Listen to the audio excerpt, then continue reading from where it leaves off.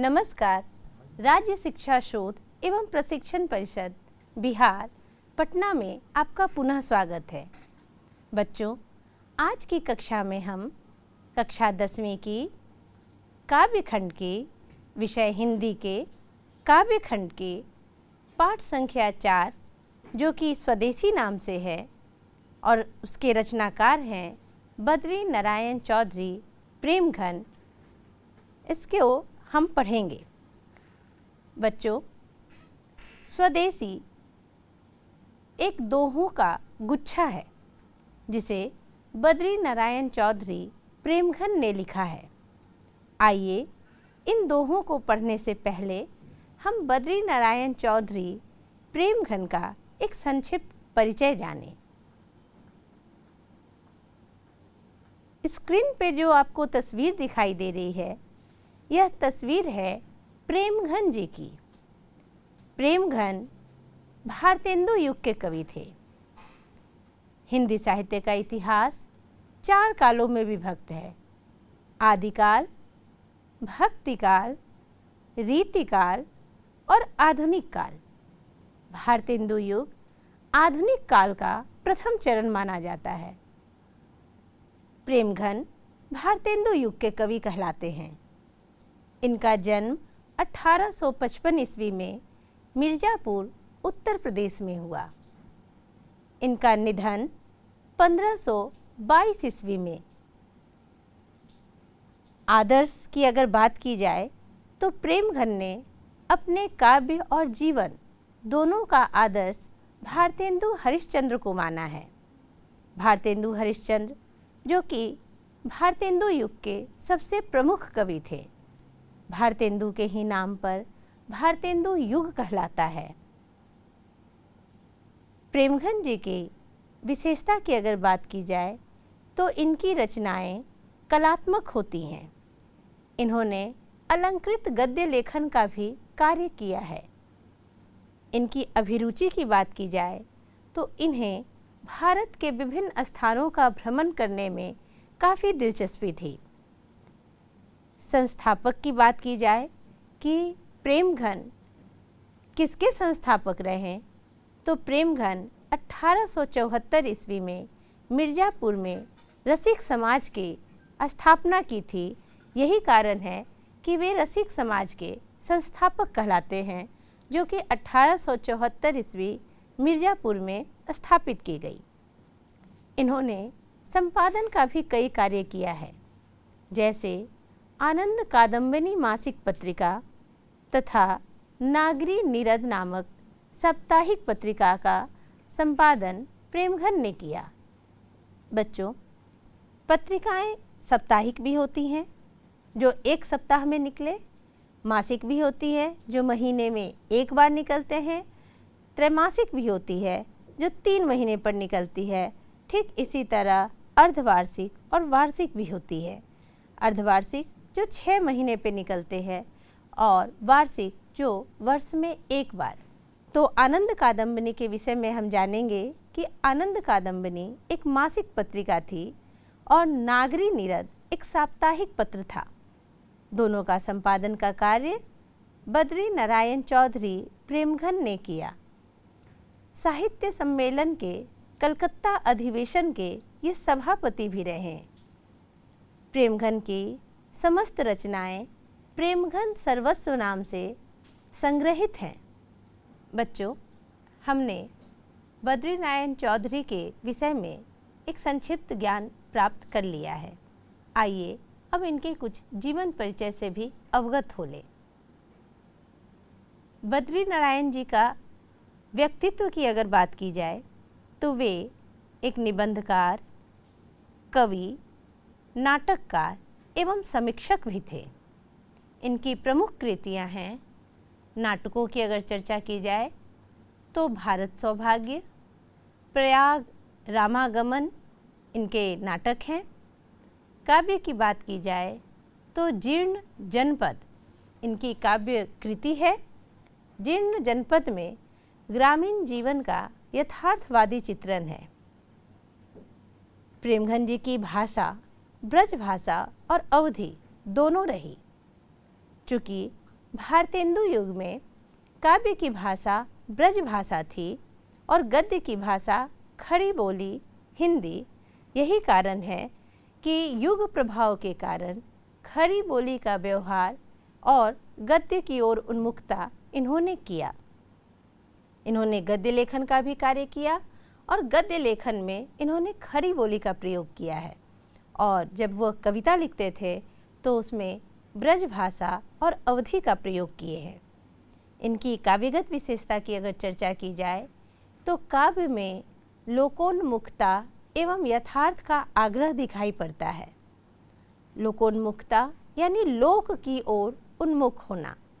लोक यानी संसार।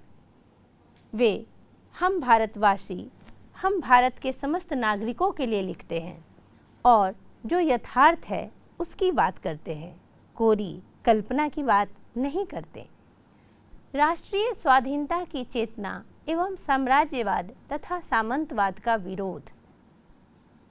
प्रेमघन जी की रचनाओं में राष्ट्रीय स्वाधीनता की चेतना दिखाई पड़ती है, साथ ही साथ साम्राज्यवाद एवं सामंतवाद का विरोध भी दिखाई पड़ता है। तो बच्चों, हमने प्रेमघन जी के जीवन परिचय को जान लिया है। आइए स्वदेशी कविता जो हमें पढ़ना है उसके कुछ महत्वपूर्ण तथ्य को पहले जान लें। प्रेमघन सर्वस्व से संकलित दोहों का यह गुच्छ स्वदेशी शीर्षक के अंतर्गत यहाँ प्रस्तुत है। इन दोहों में नव जागरण का स्वर मुखरित है। दोहों की विषय वस्तु और उनका काव्य वैभव इसके शीर्षक को सार्थकता प्रदान करता है। कवि की चिंता और उसकी स्वर भंगिमा आज कहीं अधिक प्रासंगिक है। बच्चों, आज जो हम पढ़ने जा रहे हैं स्वदेशी कविता, यह एक दोहों का गुच्छा है। दोहा किसे कहते हैं? तो दोहा दो पंक्तियों के छंद को दोहा कहते हैं। वह छंद जिसमें दो पंक्तियां होती हैं और 13 और 11 मात्राओं का वह होता है, एक निश्चित क्रम होता है। दोहों का एक पूरा गुच्छा है स्वदेशी कविता। और स्वदेशी कविता के शीर्षक की अगर बात की जा रही है तो आप कविता पढ़ कर के ही अंदाज लगाएंगे कि स्वदेशी कविता में निश्चित तौर पे स्वदेश यानी अपने देश की बात हो रही होगी।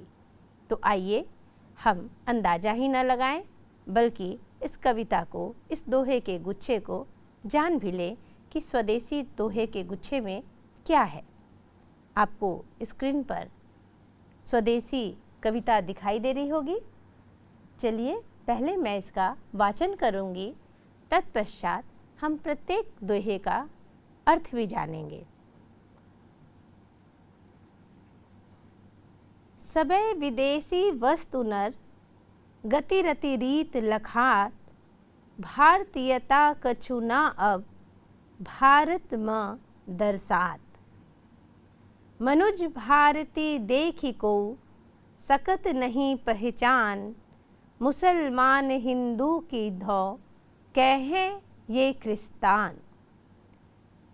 पढ़ी विद्या परदेश की बुद्धि विदेशी पाए, चाल चलन परदेश की गई इन्हें अति भाए।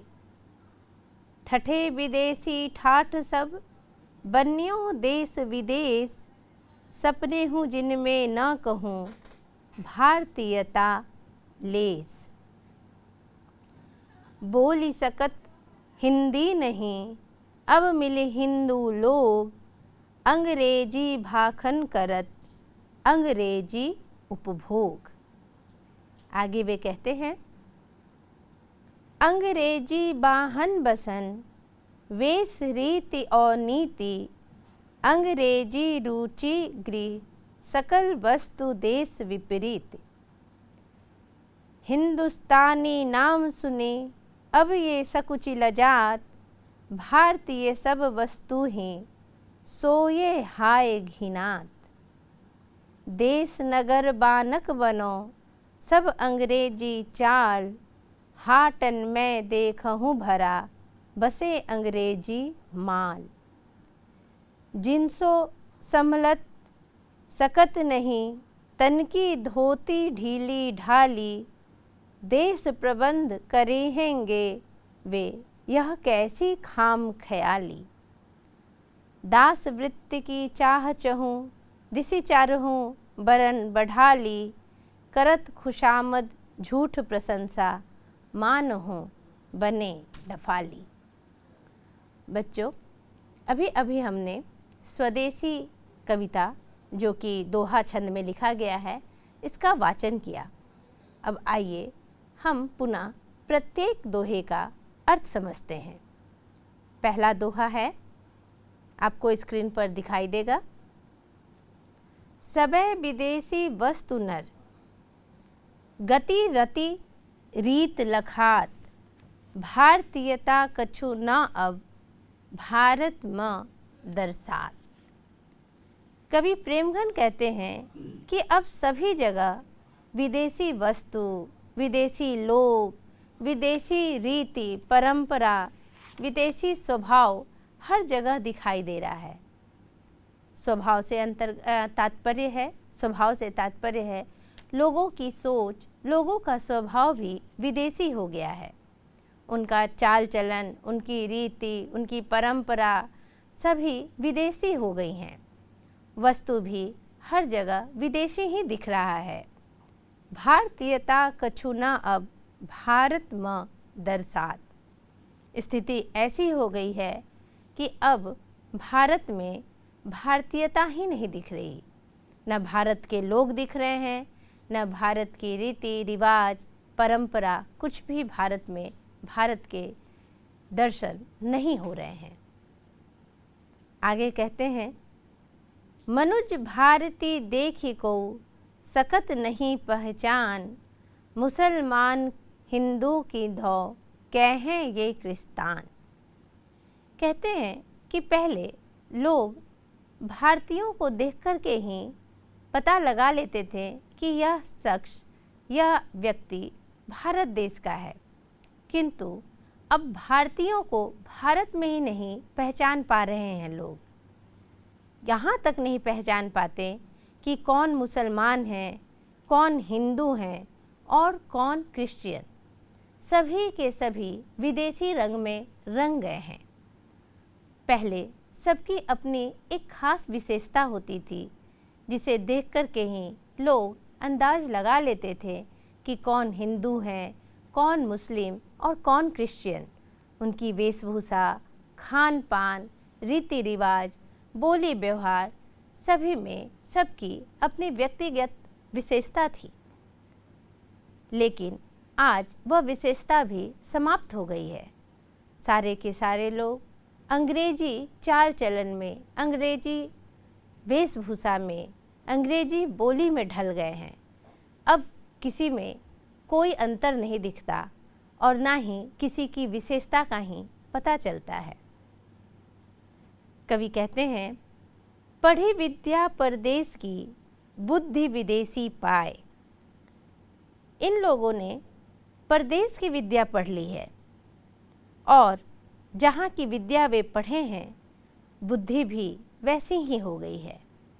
कहने का अर्थ है कि अब लोग ग्रहण कर रहे हैं जो शिक्षा, वह शिक्षा पाश्चात्य शिक्षा है और पाश्चात्य शिक्षा ग्रहण करने के कारण इनकी बुद्धि भी पाश्चात्य शैली में ढल गई है, पाश्चात्य की हो गई है। चाल चलन परदेश की गई इन्हें अति भाए। इन्हें अब अपने भारतीय चाल चलन नहीं भा रहा, बल्कि इन्हें परदेश का चाल चलन ही भा रहा है। ठठे विदेशी ठाठ सब, बन्यो देश विदेश, सपने हूँ जिनमें न हो कहूँ, भारतीयता लेस। कहते हैं कि सभी और ठाठ बाट विदेशी हो गए हैं। बन्यो देश विदेश कहते हैं कि अब सभी कुछ देश विदेश सारा कुछ जो है वह सब एक में समाहित हो गया है। कौन देसी हैं, कौन विदेशी हैं, पता ही नहीं चलता, क्योंकि सब ने अपने आप को विदेशी चाल चलन, विदेशी ठाट बाट में ही ढाल लिया है। सपने हूँ जिनमें न कहूँ, भारतीयता लेस। अब इनके जीवन रहन सहन दिनचर्या में नहीं बल्कि सपनों में भी भारतीयता की झलक नहीं दिखाई पड़ रही। बोली सकत हिंदी नहीं, अब मिली हिंदी लोग। कहते हैं बोली सकत हिंदी नहीं, अब मिलकर लोग बोल भी नहीं पा रहे हैं। क्या?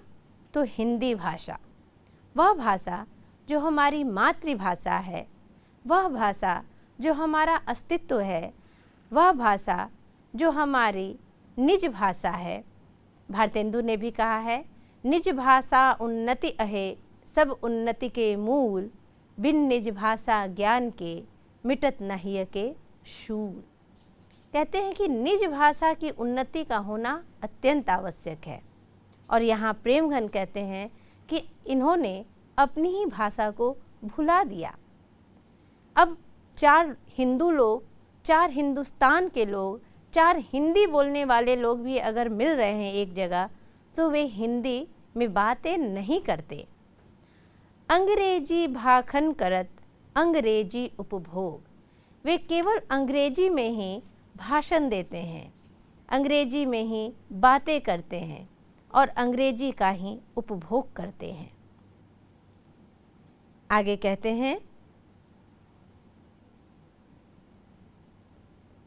अंग्रेजी वाहन बसन, वेश रीति और नीति। वे अंग्रेजी वाहनों का प्रयोग कर रहे हैं। अब इन्हें हमारे देश के देसी वाहन नहीं भाते, बल्कि वे अंग्रेजी मोटरों में बैठना चाहते हैं। अंग्रेजी बसन, अंग्रेजी बसन यानी वस्त्र पहनना चाहते हैं। वेश रीति और नीति, इनकी नीति भी और इनकी रीति भी अंग्रेजी हो गई है। यानी अब ये अंग्रेजी वाहन, अंग्रेजी वस्त्र, अंग्रेजी वेशभूषा, अंग्रेजी परंपरा, अंग्रेजी नीतियों की ही चर्चा करते हैं, उन्हीं का पक्ष लेते हैं। अंग्रेजी रुचि गृह सकल वस्तु देश विपरीत। कहते हैं कि अब इन्हें अंग्रेजी ही रुचिकर लग रही है। वह घर हो या बाहर, सभी जगह उन्हें अंग्रेजी ही भा रही है। वस्तु देश विपरीत, अब अपने देश के वे विपरीत हो गए हैं। उन्हें अपने देश की न वस्तु पसंद है, न रीति, न वस्त्र, न वाहन, न नीति। केवल उन्हें अंग्रेजी संस्कृति ही पसंद आ रही है, अंग्रेजी भाषा और अंग्रेजों की संस्कृति। हिंदुस्तानी नाम सुनी अब ये सकुची लजात। कहते हैं ये बड़े ही शर्म की बात है कि जो हिंदुस्तानी हैं वे अब हिंदुस्तानी कहलाने में लजाते हैं, संकोच करते हैं, उन्हें शर्म आता है कि वे हिंदुस्तानी हैं। भला कौन अपनी मातृभूमि, अपने देश से अलग हटकर किसका अस्तित्व बना रहेगा? कवि यहाँ चिंतित हैं, वह चिंतन भी कर रहे हैं और वह समस्या को सामने भी रख रहे हैं कि यह समस्या एक दिन बड़े पैमाने पे बड़ा विकराल रूप धारण कर लेगी कि हम जिस देश के निवासी हैं, जो हमारा अस्तित्व है, जो हमारी मातृभूमि है, हम उसी की संतान हैं, ये कहलाने में हमें संकोच हो रहा है, हमें शंका हो रही है। वे कहते हैं, हिंदुस्तानी नाम सुनी अब ये सकुची लजात, भारतीय सब वस्तु ही सोये हाय घिनात। कह रहे हैं कि भारतीय वस्तुओं से तो इन्हें घृणा ही हो गई है। बड़े ही आश्चर्य की बात है। आगे कहते हैं, देश नगर बानक बनो सब अंग्रेजी चाल। कहते हैं कि समस्त देश, हमारा पूरा देश जो है, उसका हमारे देश की जो बाना है, वेशभूषा है, वे सब के सब अंग्रेजी में हो गई है। सब अंग्रेजी चाल, यह अंग्रेज़ों की चाल है और लोग इस अंग्रेजी चाल को अपनाने में पीछे नहीं हट रहे हैं। हाटन में देखूं भरा बसे अंग्रेजी माल। अब मैं जब हाटों में जाता हूँ, बाज़ारों में जाता हूँ, तो चारों तरफ मैं केवल और केवल अंग्रेजी मालों को देखता हूँ। मैं देख रहा हूँ कि पूरे बाज़ार में अंग्रेजी और अंग्रेज़ों की वस्तु कैसे बिक रही है, कैसे अपना साम्राज्य बढ़ाती जा रही है। कहते हैं, जिनसो समलत सकत नहीं, तन की धोती ढीली ढाली। कहते हैं कि हमारे देश की वेशभूषा धोती और कुर्ता हुआ करती थी।